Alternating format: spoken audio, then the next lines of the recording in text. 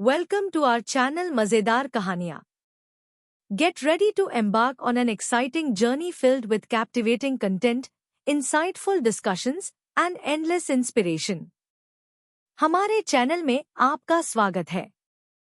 रोमांचक कंटेंट, ज्ञानवर्धक चर्चाओं और अंतहीन प्रेरणा से भरी एक शानदार यात्रा के लिए तैयार हो जाइए.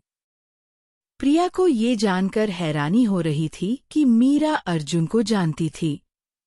उसने मीरा से पूछा, तू अर्जुन के बारे में इतना सब कैसे जानती है? मीरा ने कहा, तुम राजशेखर सिंह को तो जानती हो ना? प्रिया ने जवाब दिया, अब इन सब में राजशेखर सिंह कहाँ से आ गए? मीरा ने हंसते हुए कहा, मैडम आपके अर्जुन कपूर राजशेखर सिंह के बेटे हैं. राजशेखर सिंह देश के सबसे बड़े लॉयर हैं. उनके 2 बेटे हैं, अर्जुन और आदित्य. आदित्य सिंह को तो तुम जानती ही हो. वो भी अपने पापा की तरह एक बड़े लॉयर हैं. और अर्जुन होटल ग्रैंड प्लाजा और फूड चेन टेस्ट स्ट्रीट के ओनर हैं. प्रिया का मुंह खुला का खुला रह गया. इतना बड़ा आदमी है. उसे तो लगा था कि अर्जुन कोई बड़ा बिजनेसमैन है, पर वो इतने बड़े खानदान से होगा ये उसने कभी नहीं सोचा था. प्रिया को अब समझ में आ रहा था कि अर्जुन ने उसे मिलने के लिए होटल ग्रैंड प्लाजा में क्यों बुलाया था. वो उसका खुद का होटल है. प्रिया ने देखा, मीरा भी चुप बैठी कुछ सोच रही थी. प्रिया ने उससे पूछा, अब तू क्या सोचने लगी? मीरा ने सोचते हुए जवाब दिया, यार, मैं ये सोच रही थी कि जैसे बंदे को सरोगेसी के जरिए बच्चे की क्या जरूरत पड़ गई, उससे शादी करने के लिए तो कोई भी लड़की आसानी से हाँ कर देगी. प्रिया ने कहा, हाँ, मैं भी वही सोच रही थी. इनफैक्ट मैंने उससे पूछा भी था पर उसने ठीक से कोई जवाब नहीं दिया. तो वो इतना रिच है, इतना हैंडसम है, फिर भी उसे सरोगेसी की हेल्प क्यों लेनी पड़ रही है, ये बात समझ नहीं आ रही. मीरा ने कहा, कुछ सालों पहले मैंने सुना था कि उसकी शादी होने वाली थी. उसकी होने वाली बीवी शादी से पहले उसे छोड़कर चली गई थी. उस समय ये बहुत बड़ा स्कैंडल था. महीनों तक न्यूज़पेपर्स में और मैगजीन्स में इस बात की चर्चा थी. इस घटना के बाद अर्जुन कई सालों तक गायब रहा. इस एक घटना ने अर्जुन के करियर को भी लगभग खत्म कर दिया था. प्रिया के लिए एक और शॉकिंग न्यूज़ थी. उसने हैरानी से पूछा, क्या? अर्जुन एक लॉयर था? मीरा ने कहा, don't tell me you don't know that. अरे उसके साथ जो कुछ भी हुआ वो तो उस समय की ब्रेकिंग न्यूज़ थी. तुझे कैसे नहीं पता? ये सब इतना ज्यादा हो गया था कि अर्जुन पब्लिकली सामने आने की हिम्मत नहीं कर पा रहा था. इसलिए वो कुछ समय तक कहीं गायब रहा. रूमर्स तो ये थे कि अर्जुन अब्रॉड चला गया था. वापस आने के बाद उसने प्रैक्टिस छोड़ दी और होटल बिजनेस स्टार्ट कर दिया. And he is just brilliant. Taste street के आउटलेट्स लगभग हर सिटी में हैं और hotel grand plaza top 5 star hotels में से एक है. प्रिया को अपने कानों पर यकीन नहीं हो रहा था. अचानक उसे एक ख्याल आया. उसने कहा, अरे, पर एक ही नाम के 2 आदमी भी तो हो सकते हैं. हो सकता है ये कोई अलग कपूर हो. ये सुनकर मीरा ने अपनी गोद में एक तकिया रखते हुए कहा, हाँ, बात तो तू सही बोल रही है. एक काम करते हैं, गूगल सर्च करके देखते हैं. फिर मीरा ने पास में रखा हुआ फोन उठाया और उसे तकिए पर रखकर गूगल में अर्जुन कपूर टाइप किया. प्रिया भी मीरा से सटकर बैठ गई थी और फोन में देख रही थी. अर्जुन कपूर की पूरी प्रोफाइल और बहुत सारी इमेजेस उनके सामने थी. प्रिया ने देखा ये वही अर्जुन था. अब शक की कोई गुंजाइश नहीं थी. इसका मतलब था कि अर्जुन ही दी अर्जुन कपूर था. एक फेमस लॉयर, आज का फेमस बिजनेसमैन, एक सेलिब्रिटी. उसने मीरा को बताया कि ये वही है. मीरा ने एक्साइटेड होकर कहा, तुम अर्जुन कपूर के बच्चे को जन्म देने वाली हो. OMG, it's really really amazing. Priya ने मीरा की बात को पूरा नहीं होने दिया। वो उसे रोकते हुए बोली, तो अब तुझे कोई प्रॉब्लम नहीं है कि मैं एक सरोगेट मदर बनने जा रही हूँ, क्योंकि उस बच्चे का बाप अर्जुन कपूर है। मीरा ने सकपकाते हुए कहा, अरे नहीं यार, आई डिडंट मीन दैट। मुझे तो इस कोइंसिडेंस पर हैरानी हो रही है। सोच, कभी कुछ देर पहले तक हम इस बात से खुश थे कि हमें राजशेखर सिंह के साथ लंच करने का मौका मिल रहा है, और अब देख तू उनके बेटे के बच्चे को जन्म देने वाली है। इट्स बिग डील यार।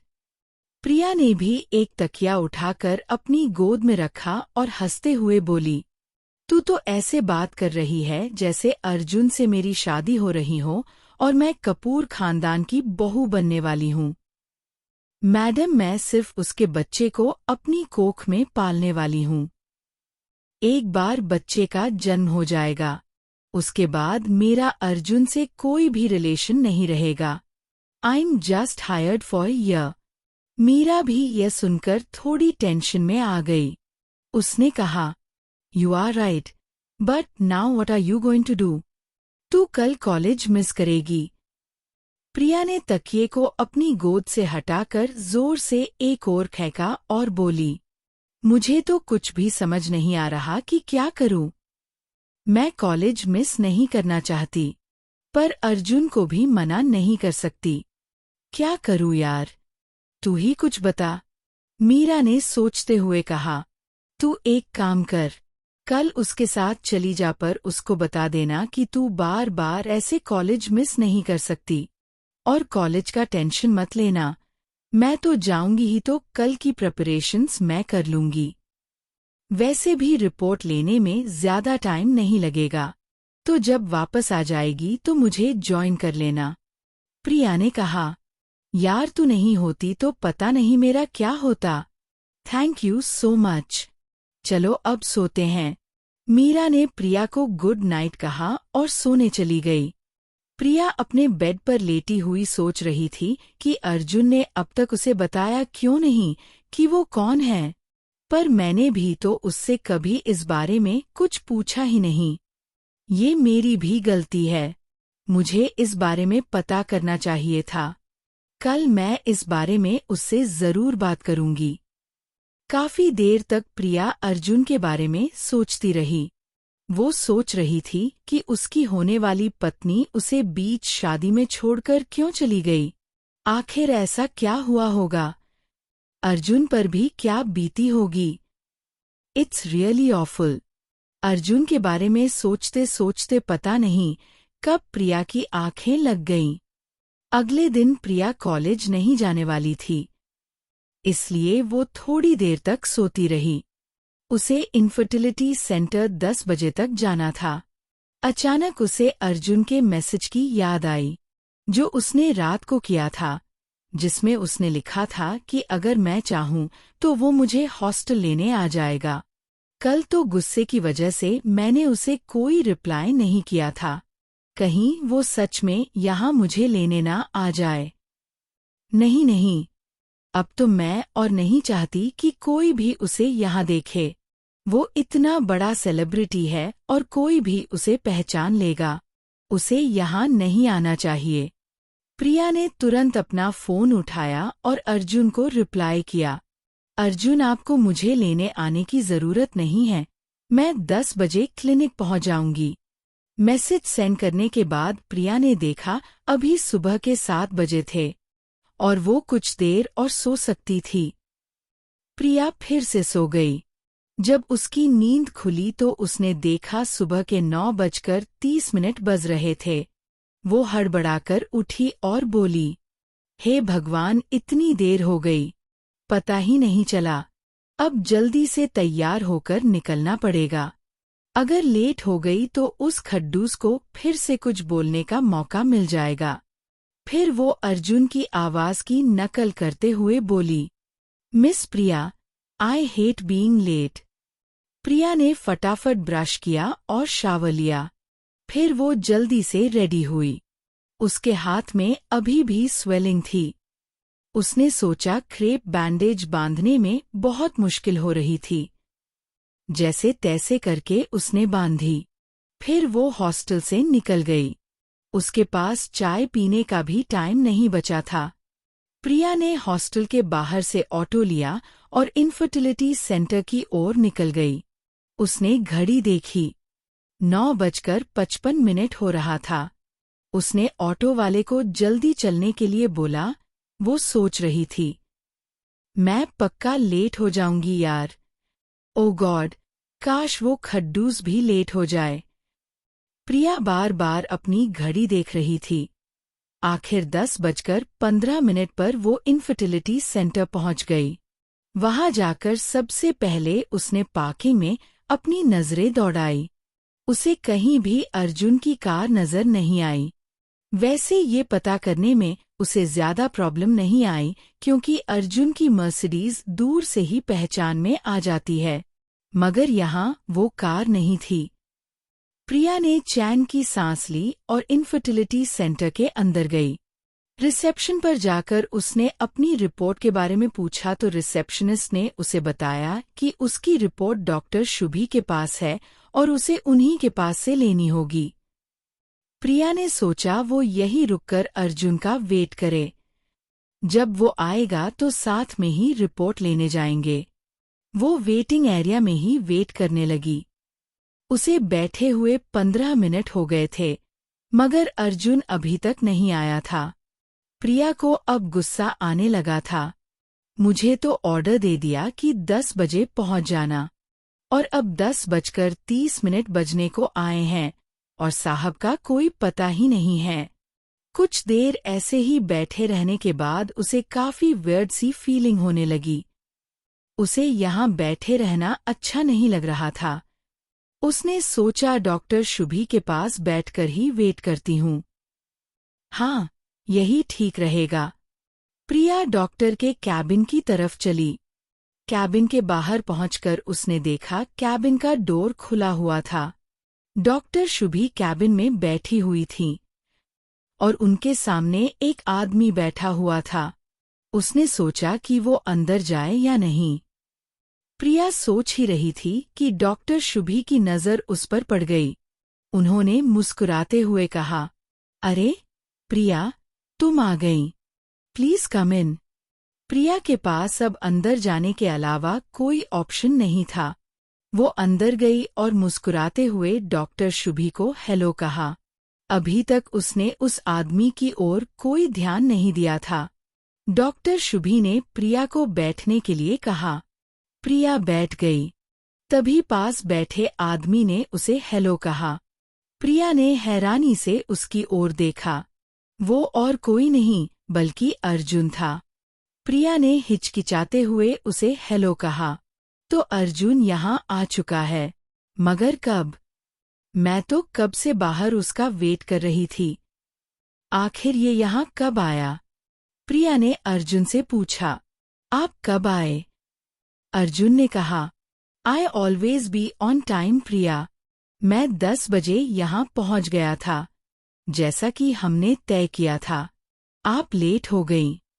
प्रिया थोड़ी एम्बैरेस्ड दिख रही थी। लगता है ये आज किसी और कार से आया है। मुझे पहले ही अंदर आ जाना चाहिए था। उसने धीरे से कहा। सॉरी, मैं बाहर आपका वेट कर रही थी। मुझे नहीं पता था कि आप आ चुके हैं। उसकी बात सुनकर डॉक्टर शुभी हंसते हुए बोली, ये तो कमाल हो गया। हम अंदर तुम्हारा वेट कर रहे थे और तुम बाहर हमारा। फिर डॉक्टर शुभी की नज़र प्रिया के हाथ पर पड़ी। उन्होंने पूछा, अरे प्रिया, ये क्या हुआ? प्रिया ने अपने हाथ की ओर देखा और फिर डॉक्टर शुभी को जवाब दिया, कुछ नहीं डॉक्टर, बस एक छोटा सा एक्सीडेंट हो गया था। अर्जुन ने भी प्रिया के हाथ की ओर देखा, पर वो प्रिया से कुछ नहीं बोला, बल्कि उसने डॉक्टर शुभी से पूछा, रिपोर्ट नॉर्मल आई है ना डॉक्टर? उसके अचानक इस तरह से सवाल पूछने से प्रिया चौंक गई।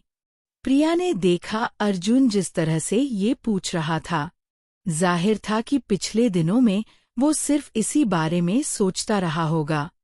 डॉक्टर शुभी ने अपने सामने रखी फाइल को खोला और कहा, "Yes, everything is fine. She can easily conceive the baby. So we can go ahead for the process." Arjun के चेहरे पर राहत भरी मुस्कुराहट आ गई। उसने कहा, "thank you doctor, thank you so much." Priya बहुत ही ऑकवर्ड सी बैठी हुई थी। उसे समझ नहीं आ रहा था कि उसे कैसे रिएक्ट करना चाहिए। उसे खुश होना चाहिए या दुखी। डॉक्टर शुभी ने शायद उसकी सिचुएशन को समझ लिया था। वो सिंपैथी से बोली, "प्रिया, आर यू ऑल राइट?" प्रिया ने कहा, हाँ, I am okay. Doctor Shubhi ने आगे कहा, "ओके देन, हम अगले 1-2 दिन में प्रोसेस शुरू कर सकते हैं। बाकी आप जैसा ठीक समझें।" अर्जुन ने कहा, "no doctor, let's start the process as soon as possible." Doctor Shubhi ने कहा, "ठीक है, तो फिर मैं सारी अरेंजमेंट्स करके आपको कॉल करती हूँ। Probably we will start the process after 2 days." Arjun और प्रिया डॉक्टर शुभी से बात खत्म करके उनके कैबिन से बाहर आ गए। अर्जुन ने अभी तक हेलो के अलावा प्रिया से कोई बात नहीं की थी। प्रिया को लगा कि उसके लेट आने की वजह से अर्जुन उससे नाराज है। कुछ देर में दोनों पार्किंग में थे। अर्जुन आज एक अलग कार में आया था। ये भी बहुत महंगी कार लग रही थी। प्रिया को याद आया कि जब उन्होंने गूगल पर अर्जुन के बारे में सर्च किया था, तो उसमें लिखा था कि अर्जुन को कार्स का बहुत शौक है। कार के पास जाकर अर्जुन रुक गया। प्रिया भी उसके पास आकर खड़ी हो गई। अर्जुन ने प्रिया से कहा, "ये तुम्हारी चोट?" अर्जुन ने इतना कहा ही था कि प्रिया ने उसे रोकते हुए कहा, "अरे ये तो एक मामूली सी चोट है। Don't worry, I am fine." Arjun ने प्रिया की ओर आगे बढ़ते हुए कहा, "no, I am just saying, आगे से ऐसा नहीं होना चाहिए।" प्रिया को अर्जुन का यह कहना बहुत अजीब लगा, जैसे उसने जानबूझकर खुद को चोट पहुंचाई हो। उसने अपने कंधे ऊपर करते हुए पूछा, "आगे से नहीं होना चाहिए? क्या मतलब?"